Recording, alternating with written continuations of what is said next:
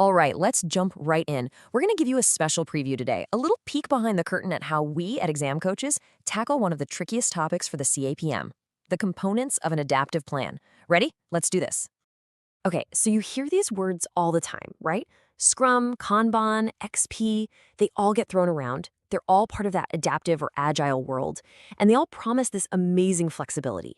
But let's be real. Have you ever stopped and wondered, wait, how are these actually different? Especially when you're in an exam and the pressure's on. And trust me, this isn't just some nice-to-know trivia.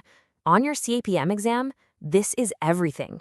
Nailing the difference between these methodologies in a scenario question, that's literally the difference between passing and failing that question. The stakes couldn't be higher. So where do people go wrong? Let's dig into the core problem here because I see so many smart, hardworking candidates get completely stuck on this. And you know what? It's usually for the same few reasons, and the good news is they're totally fixable. Here's the trap that almost everyone falls into, trying to memorize dozens and dozens of terms. It's a nightmare. It's overwhelming, and it just doesn't work. At Exam Coaches, we do things differently. We don't want you to memorize. We want you to recognize. We teach you to spot a few key components. Think of them like Lego blocks. Once you know the blocks, you can look at any project and instantly see what it's built from. Tell me if this sounds familiar. You're staring at a huge paragraph on the exam, your brain is spinning, and you're trying to decide, is this Scrum or is it Kanban? You know what an iteration is, you memorize the definition, but how does that apply to this specific story? This right here is where people lose precious points. They try to jam a memorized definition into a tricky, real-world scenario, and it just doesn't fit. All right, enough talk. Let's put this framework to the test right now. Forget memorizing. We're going to practice recognizing. Let me show you what I'm talking about. Okay, here we go, a classic mini scenario just like you'd get on the test. Picture this. A team's got short development cycles, they're doing daily stand-up meetings, and they're pushing out deliverables iteratively. So what methodology are they using? Don't just guess. Let's be detectives and look for the clues, the components together. All right, let's break it down. First clue, short development cycles. Ding, ding, ding! In Scrum, that's what we call a sprint, a fixed 2 to 4 week block of time. Next clue, daily stand-up meetings. Well, that's a dead ringer for the daily Scrum, right? And finally, iterative deliverables. That's the whole point of a sprint. See how that works? Once you spot the components, the answer just snaps into place. It's not a guess, it's just logic. It has to be Scrum. Okay, pretty cool, right? So we can identify a methodology by its parts. Now, let's level up.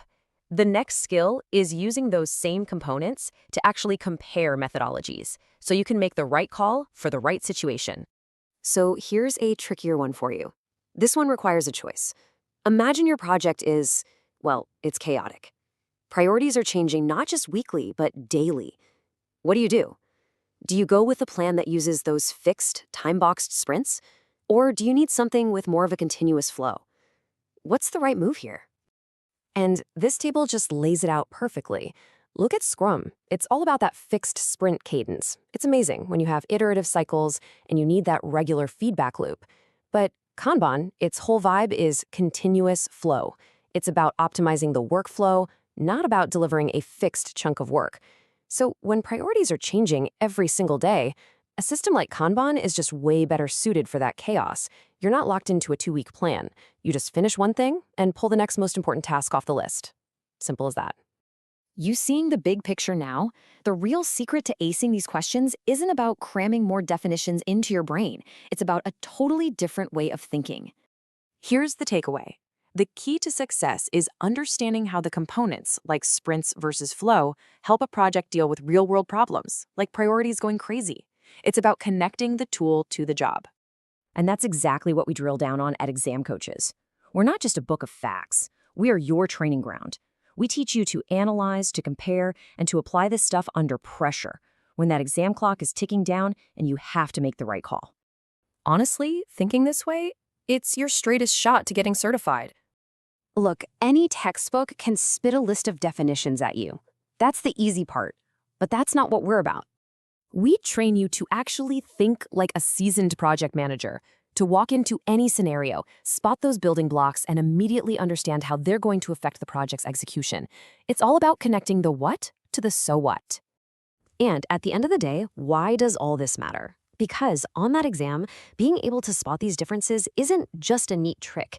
It's the skill that literally points you to the right answer, over and over again. So what you've seen here, this is just a little taste of our approach. The full framework with way more scenarios, deep dive comparisons, and all the training you need on the components of an adaptive plan, well, that's all waiting for you inside Exam Coaches.